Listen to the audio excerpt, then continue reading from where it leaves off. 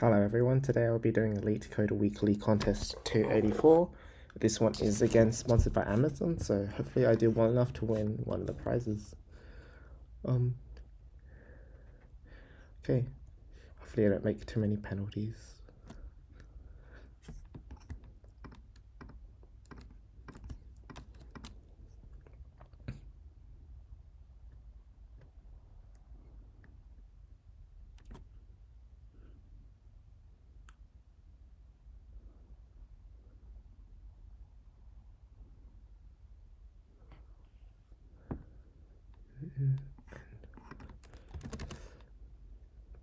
Okay.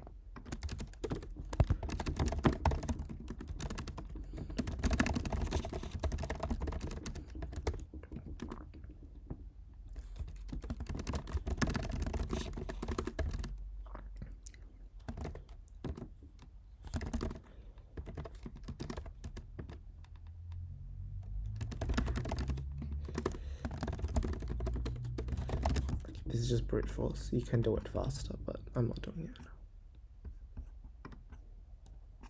Okay.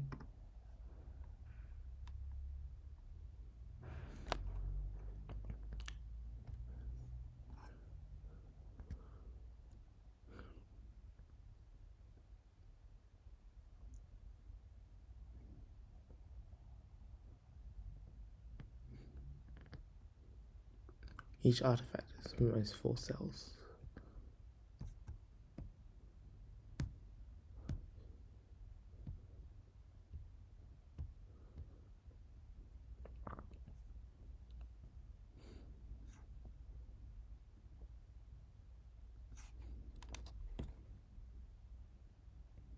Okay.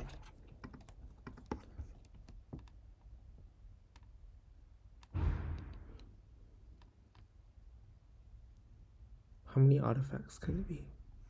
10 to the 5.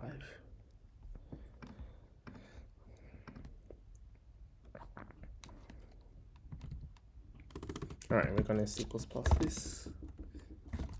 5 build. Done. I'm just going to reset my global variables if this part's not important. I just wanted to make sure that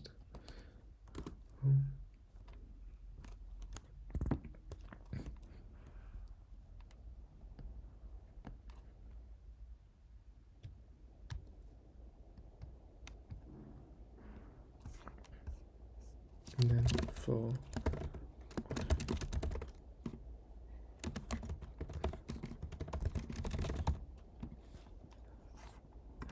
I'm set them to 1s.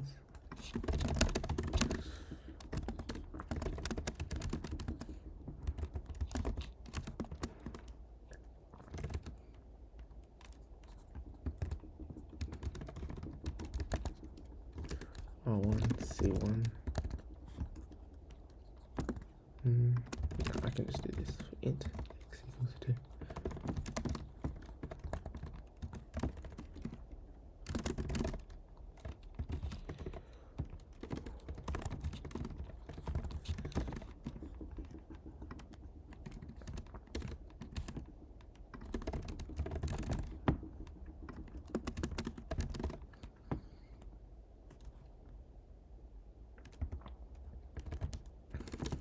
If not x. I'll make that z.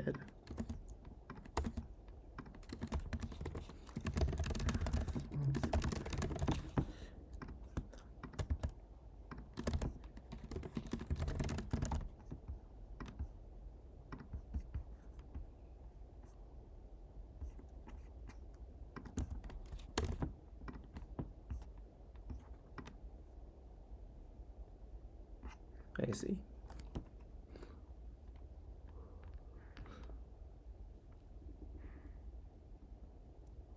Move the topmost elements or add an element into the pipe.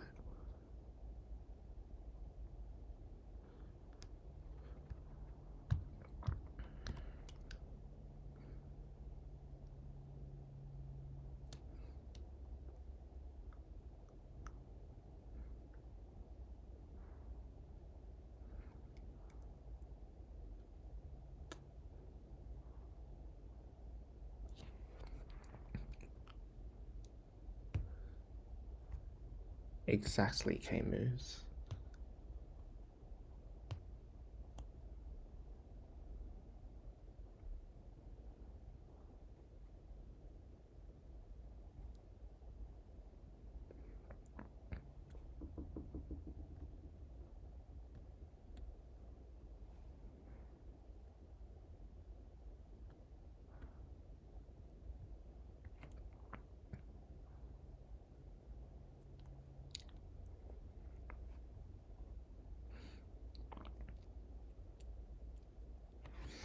Okay, this seems like some sort of math question. So if length numbers is equal to 1 and k is odd, we're going to return -1.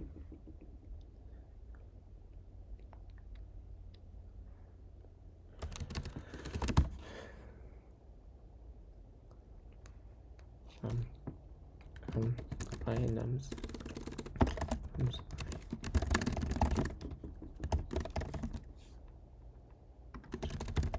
Yeah, we're just going to do that.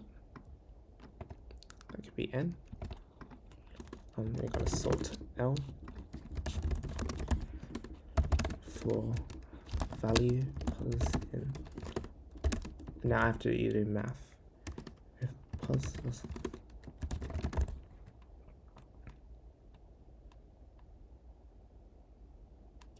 Seriously, it's in the 1 position.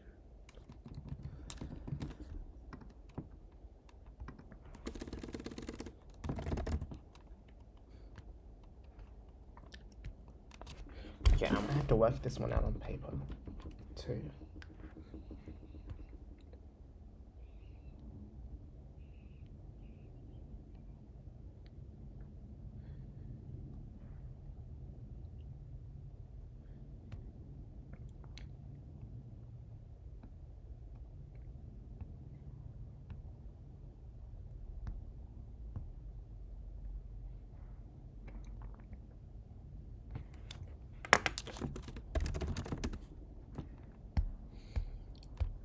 Plus equals to k. Let's continue.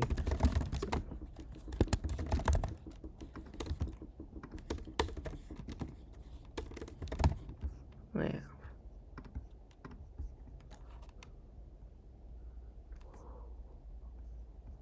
This is risky. Oh, that got AC. Okay. That was risky. I shouldn't have done that.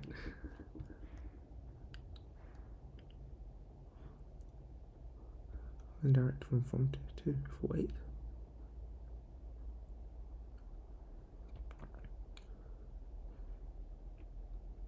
From both source 1 and source 2. I can just reverse the edges and go the other way. What's the constraints?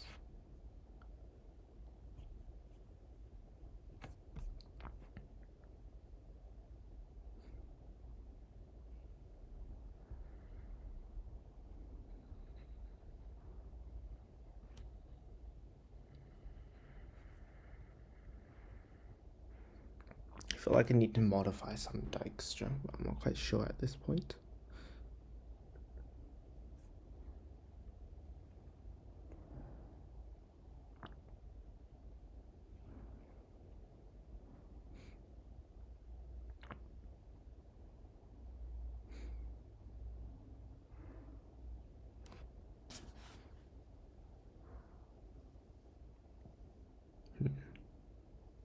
I'm not entirely sure how to do this yet.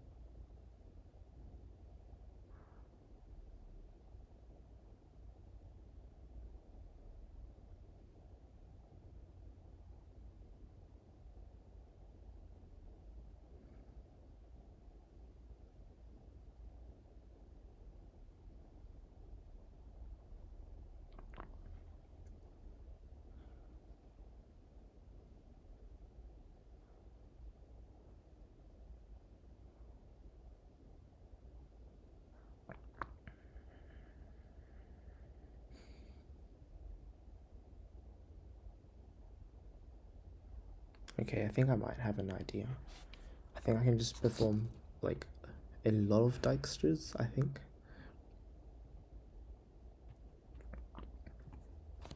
Alright, I'm just gonna try doing this. Do I have a Dijkstra template? I think I do.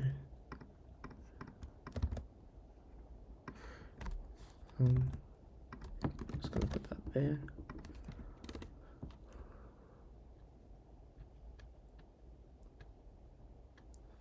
Okay, so I need a bigger inf. 369.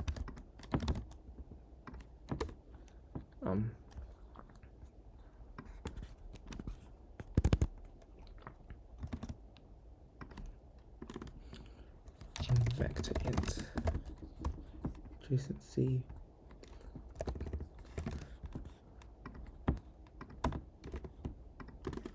Now I'm going to do a Dijkstra from the start node.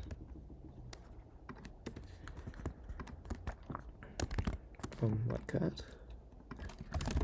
I'm going to build a reverse graph, I think.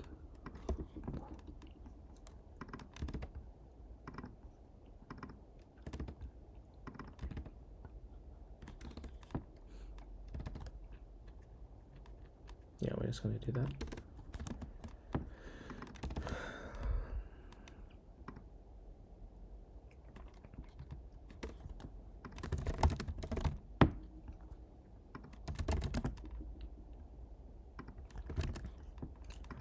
Build original.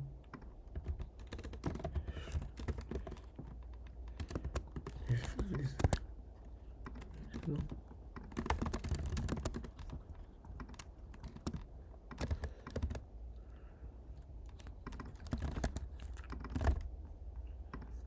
Alright, now I can do the actual thing.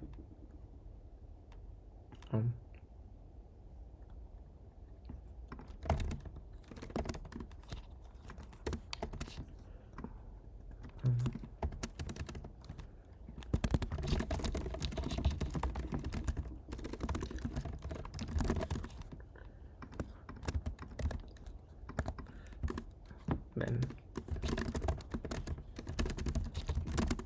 it's a directed edge.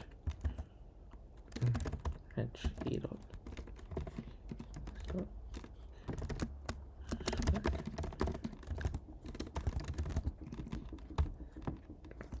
E2. Copy paste that.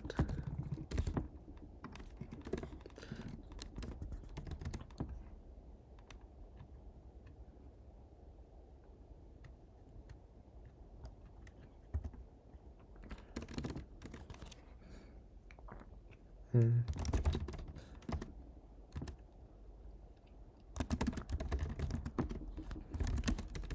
also 1, 0.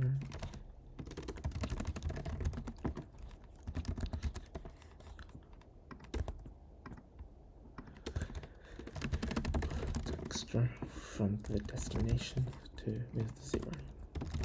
Whereas int.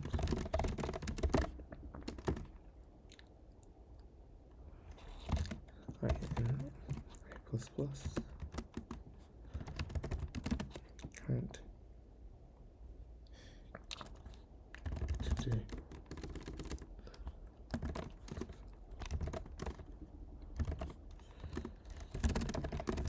current return 9 and -1.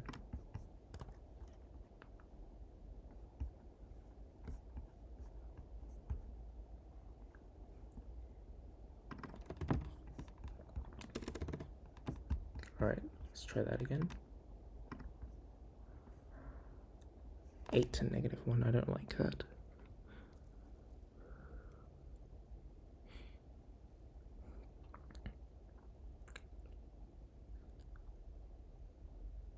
Six, 9.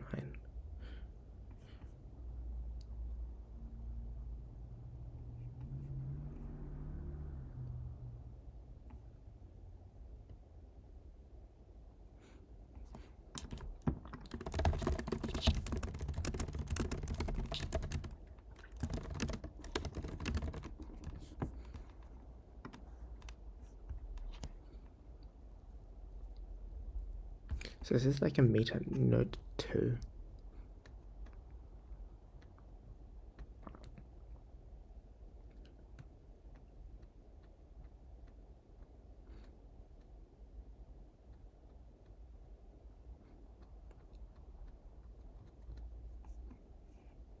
Oh, I forgot to do this here. This start should be 0, and I should push that to the PQ. Okay. 9 negative 1. Let's comment that out and submit. Okay. So I didn't get any penalties, so it shouldn't be too bad of a time. So Yui is 1422, that guy's 1856. So I might be getting, best case scenario is second place, but the leaderboard probably isn't quite updated yet, so I can't trust this yet. How do I compare against Yui? I guess I was just really slow on Q4 because I was beating him with the first 3. Anyway, I think I'll go through the solutions now. Okay, so this question I just brute forced because this is a question 1. I know it's probably going to be able to be solved by brute force. All I do is I generate this list L. This list contains the indices where the element at that index is equal to the key. And then for each of the possible indices, if there exists an index in that list such that the distance between my current index and that index is less than or equal to the k, then I'm going to append our current index to the answer. So this is the list of indices where the corresponding index is equal to k. And then here I'm just brute forcing over my current index and all of these indices in that list. So the time complexity of this is O(n) squared, because this list can be up to O(n) time, and this check is also O(n) time. So O(n) inside an O(n), that's O(n) squared. And since the n is 1000, that's good enough. As it turns, we can actually do better. For example, if we replace this check by, we could replace this with either a binary search or some sort of 2-pointer algorithm to speed this up into n log n or O(n). I'll show you what I mean. Let's say that L has the indices 0, 3, 8, 10, and my current index is I equals to 5. Now, the only 2 indices that I need to check whether they're like less than or equal to k from is the first index, which is greater than it, and the largest index, which is less than it. So the 10 and the 0 are irrelevant. I don't need to check them. I only need to check the 8 and the 3. And I can find the index which is just greater than it and the index that's just less than that with a binary search. That would speed this up into log n time. The other way and the better way to do this is because this is increasing. For example, if we only consider the index that is just less than it, as we increase I, that index which is just less than that can only ever increase as I is increasing, which means we can actually just keep a pointer in our list of which of these elements in our list, which of the elements is the largest one which is less than I currently, and then when I move I in the next iteration, I'll update that pointer if necessary. So maybe I'll implement that now. Return that. So it's just like the pointer. We were going to store the pointer as saying that L pointer is the largest index equal to key such that the pointer is less than my current index. And all I'm going to say here is while the pointer is less than length of L and I'm going to increase my pointer. And then it's possible if and only if my current index minus that element is less than or equal to k, And if pointer is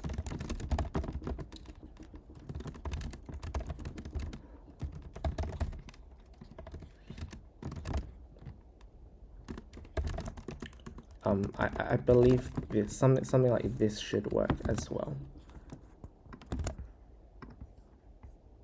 Oop. +1.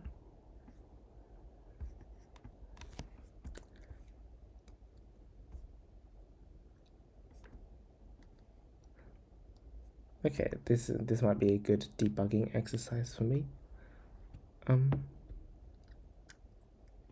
Oh, we'll just do that. Why is it returning 0?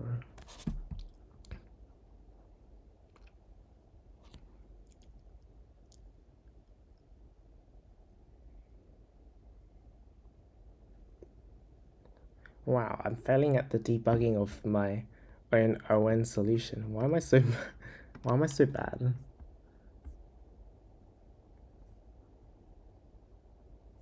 Oh, okay.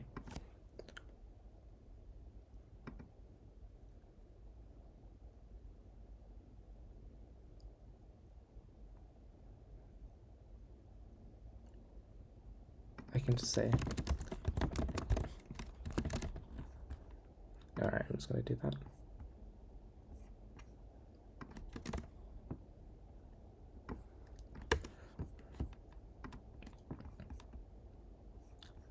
There we go.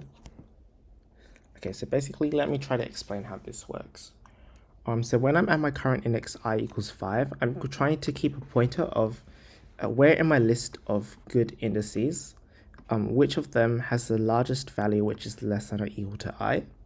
And I'm storing this as pointer, and I'm going to say that L pointer is the largest index, which is less than or equal to I in this list.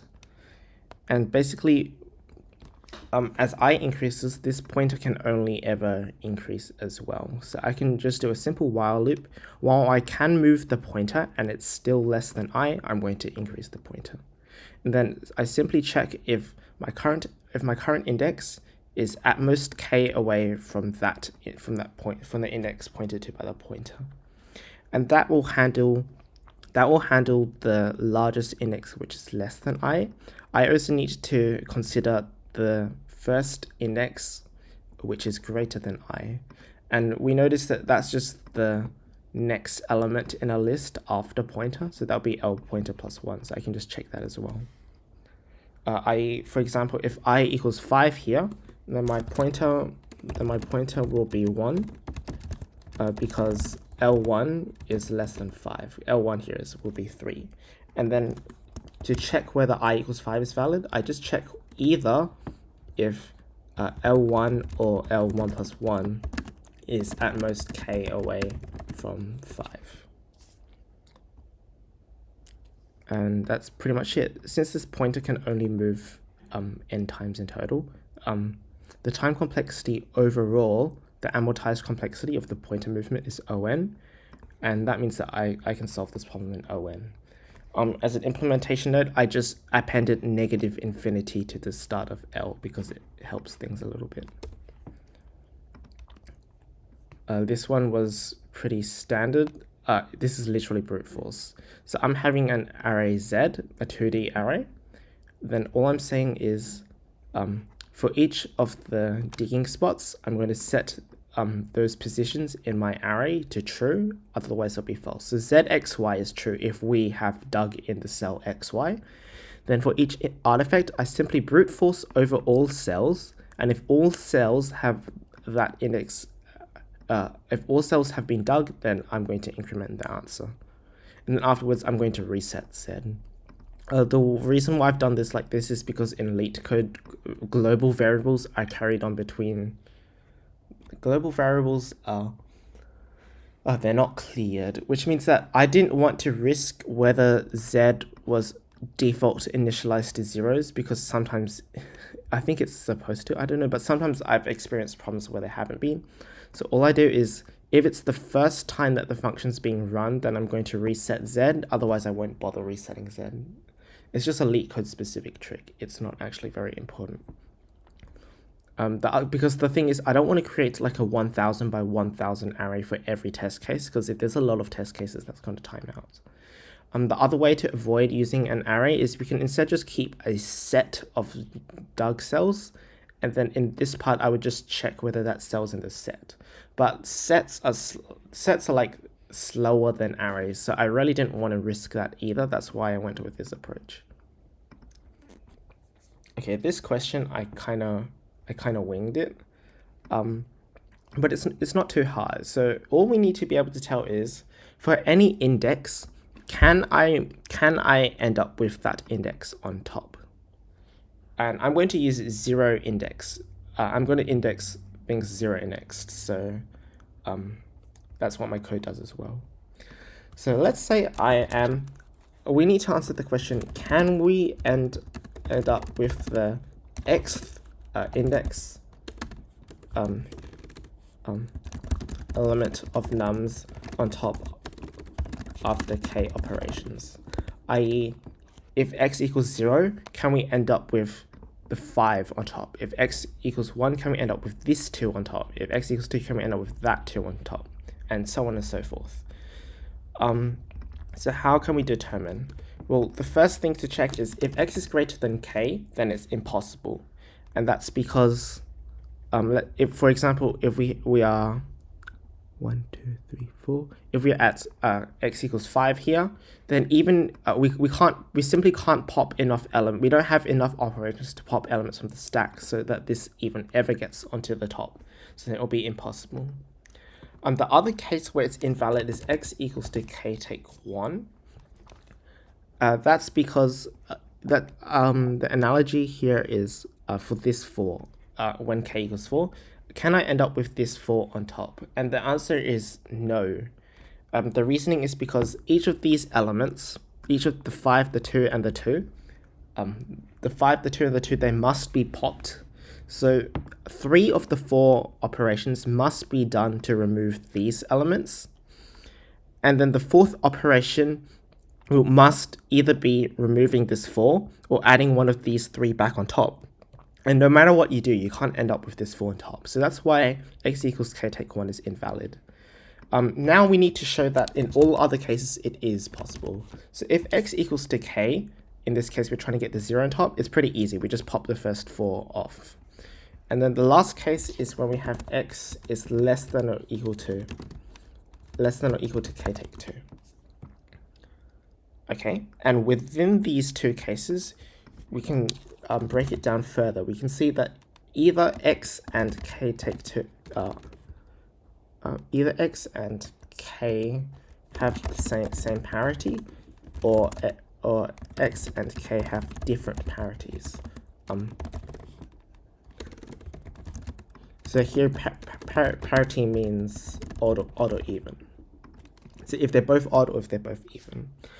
If they have the same parity, then what we can do is first we can pop off k elements using the first k moves, and then we'll have an even remaining number of moves. And with those even remaining number of moves, I can just keep like popping my current element and then adding it back on, popping it and then adding it back on, and then after those even number of elements, I'll end up with my desired element on top. If they have different parities, what I can do is first I can pop the first 2 elements off, and then I'm going to add one of them back. So in 3 moves, we would have, in 3, okay, let me try to convince myself first. So I'm going to try considering, let's try considering like 0, 1, 2, 3, 4, 5, 6, 7, 8. And let's just going to choose k equals 3 and x, k equals to 7 and x equals to 4. So I'm trying to get this 4 on top after 7 operations.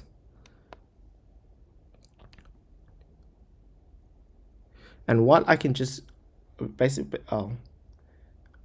what I can just do is I can just pop like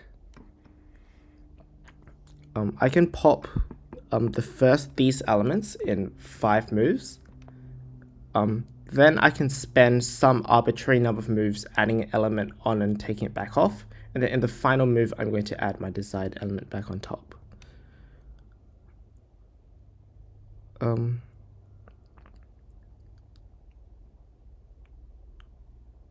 So for example, here, I would waste 2 moves taking the 0 and then putting it back on. That would take 2 moves.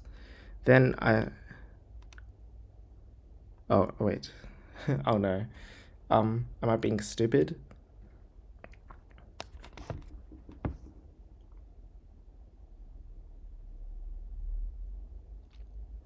I mean here the easiest thing to do is just to remove 6 elements using the first 6 moves, and then in the final element I can just put 1 4 back on top. My concern is this doesn't always, it technically doesn't always work, but you can pretty much, I think you can modify the steps such that you can always get this to work, because my issue is, if for example, if it was just like that, we wouldn't be able to pop off 7 elements in the first place. What would I do here?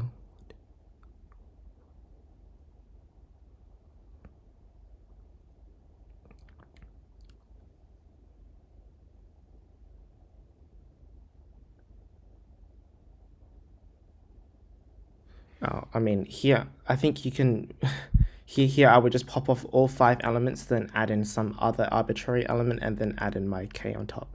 I'm pretty sure we can do something like that such that it always works. This is a bit hand-wavy, but I'm pretty sure you can formalize this. Like, I think a formal way to do it might be, you always delete, if we're trying to get this 4, for example, we can always delete up to this 4 for the first 5 moves. Then we can waste some even number of moves by adding one of the elements on and off the stack. We can waste any even number. Then I add in one other element which I've popped, and then finally I add in my desired element back onto the top of the stack. I'm pretty sure that's gonna work. Okay, here's the last question. Basically, we need to find Here's what the question is even trying to get us to ask. So we need to find the shortest path from source 1 to destination, plus the shortest path from source 2 to the destination, and then we can subtract the edges that are on both paths. So for example, we're trying to find the number of distinct edges. We're trying to minimize the total weight of the number of edges which are either in this shortest path or in that shortest path, or both. And we can see that if let's say we had like 2 let's say we had 2 like tokens. Let's just pretend we had some 2 tokens on our board. And those 2 tokens start at source 1 and source 2, and we need to make those tokens both end up at destination. And then each of the moves is just moving the token across an edge. And what we can see that is in the optimal solution, let's say that these tokens, if these tokens ever reach the same node, if there's like a node in both of these shortest paths, then what we can imagine is, first we could move both of those tokens to that common node, and now both of the tokens are on the same spot. And since they're on the same spot, it's optimal for both of them to then follow the shortest path from that node to the destination. So in this example here, where source 1 is 0 and source 2 is 1, both of them, we can make both of those tokens end up on source 1 at a common node, and then from that common node 1, we'll just take the shortest path to the destination of 5. And basically, we can brute force for all possible positions where these tokens meet up.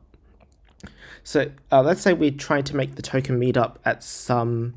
Okay, let's say if the tokens meet up at some node, let's say we call that node A, then the edges in our shortest path are then that it's just the shortest path from source 1 to A, plus the shortest path from source 2 to A, plus the shortest path from A to destination. This is because these are the two paths that the tokens cross individually, and then this shortest path from A to destination, that will be traversed by both of the tokens. And we can compute these very fast. If we just do a Dijkstra from source 1 and source 2, we can get the shortest path from source 1 and source 2 to any node just by looking up in our lookup table. Unfortunately, we can't as easily get the shortest path from A to destination, but we can do a trick where if we take a copy of this graph, and then we reverse the direction of all of these edges, then we are essentially looking for the shortest path from destination to A in the reverse graph where all edges have flipped directions.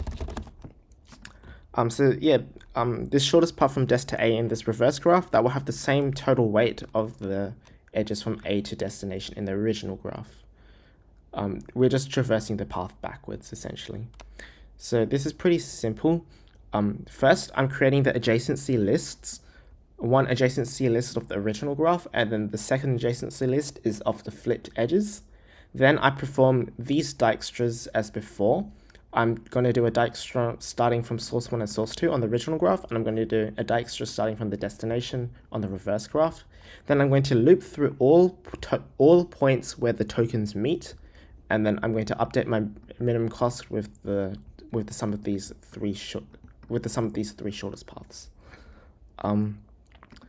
Yeah, just don't forget to use long longs, and yeah, that's about it. You might be thinking, like, what happens if the nodes don't meet up at some point? But we can just consider them to be meeting up at the destination anyway. So that's fine, because that would just be the shortest path from each of these nodes to the destinations individually, and then the shortest path from the destination to the destination is 0. So that works anyway. Anyway, it's time to look at my final standing, and it looks like I got rank 2 by quite a comfortable margin. Okay, so rank 2 is really good. My current rating is 3240, so that might put me like at or near 3300, I think. So that's quite good for me. In terms of prizes, it says I was going to win a $25 Amazon e-gift card, but unfortunately I do not live in the US, which means I'll probably be getting a backpack or water bottle, which is a bit unfortunate. But if I do get the backpack, that will be good, because that is the last remaining physical redeemable item from Leetcode which I can get. I'm not counting like those polo shirts. I would love a polo shirt, but I don't think I can get it. But at this point, I've ordered the 2 water bottles from their previous contests, and then a bunch of other stuff is coming. So hopefully I can get this backpack. Anyway, thanks for watching. Hope you enjoyed, and I'll see you guys next time.